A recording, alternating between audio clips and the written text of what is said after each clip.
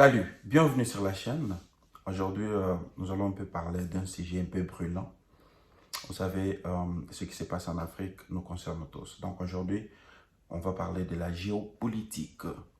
Alors, nous savons tous que depuis le 26 juillet 2023, il y a eu un coup d'État au Niger. Ce jour, 26 juillet 2023, nous, forces de défense et de sécurité, réunis au sein du Conseil national pour la sauvegarde de la patrie, CNSP, avons décidé de mettre fin au régime que vous connaissez. Alors, comme vous avez vu, le coup d'État a été mené par le général Tchani, qui a été le commandant de la garde présidentielle depuis 2011. Donc, il était parmi les personnes confiantes, donc les personnes de confiance du président déchu, le président Bazoum. La France condamne absolument, avec la plus grande fermeté, ce coup d'État militaire contre un dirigeant démocratiquement élu. Nous sommes aux côtés des dirigeants régionaux pour faire, là aussi, défendre la démocratie, l'expression libre des peuples et lutter contre toute manipulation. Je me suis entretenu avec le président Bazoum et je lui ai dit clairement que les États-Unis le soutenaient en tant que président démocratiquement élu du Niger.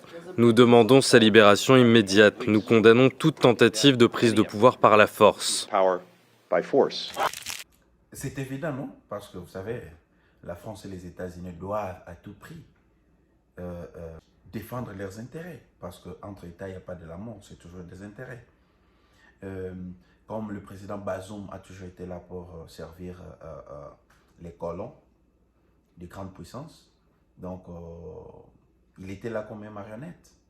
Vous voyez, les Africains, quand ils sont là, quelques-uns, quand ils sirotent des champagnes, ils voyagent en business class, ils s'en foutent de la population. Donc c'est évident que la France et les États-Unis défendent leurs marionnettes.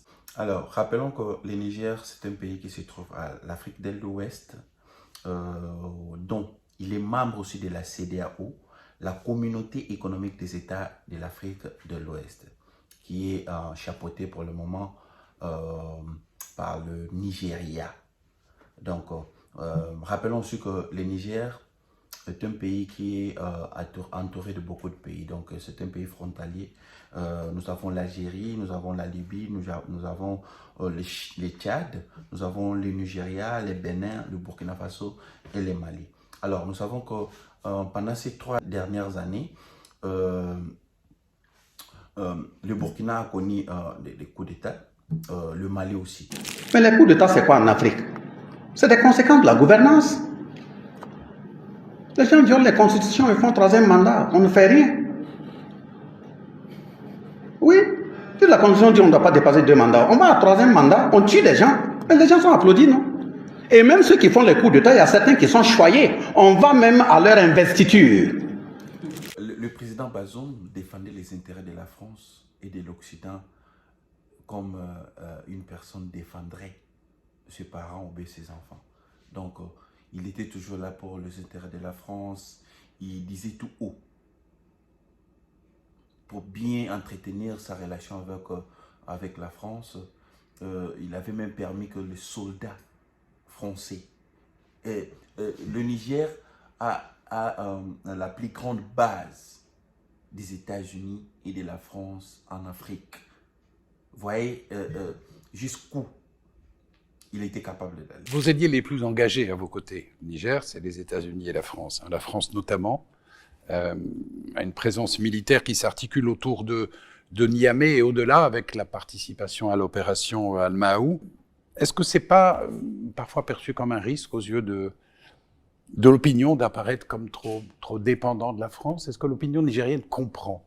Mais les Nigériens qui m'ont élu et qui me font confiance jusqu'à preuve du contraire, ils attendent de moi d'abord que je leur assure la sécurité.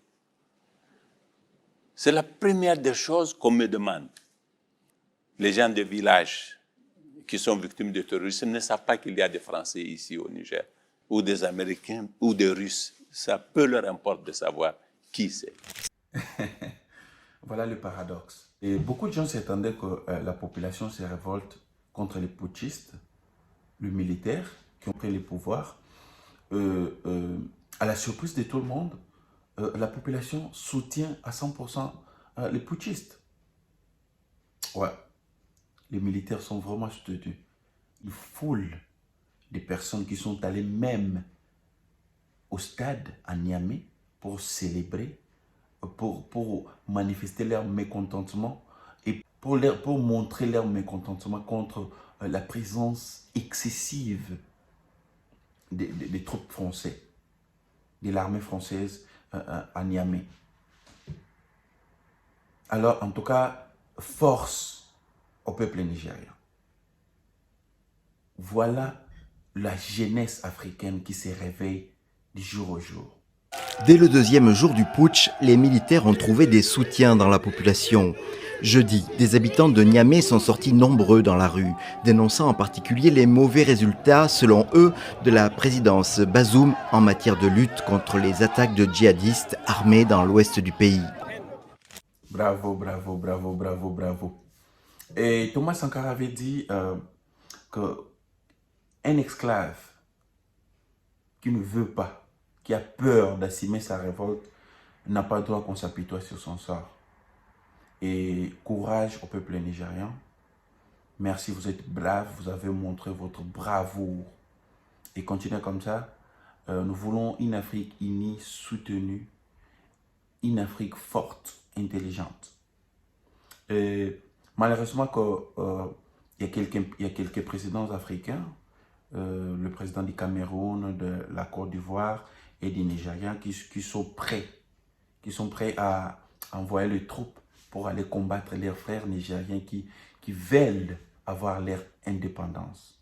C'est vraiment triste, mais vous savez, c'est l'Afrique. Alors, il y a le président du Burkina Faso, des transitions bien sûr, aussi le président du Mali,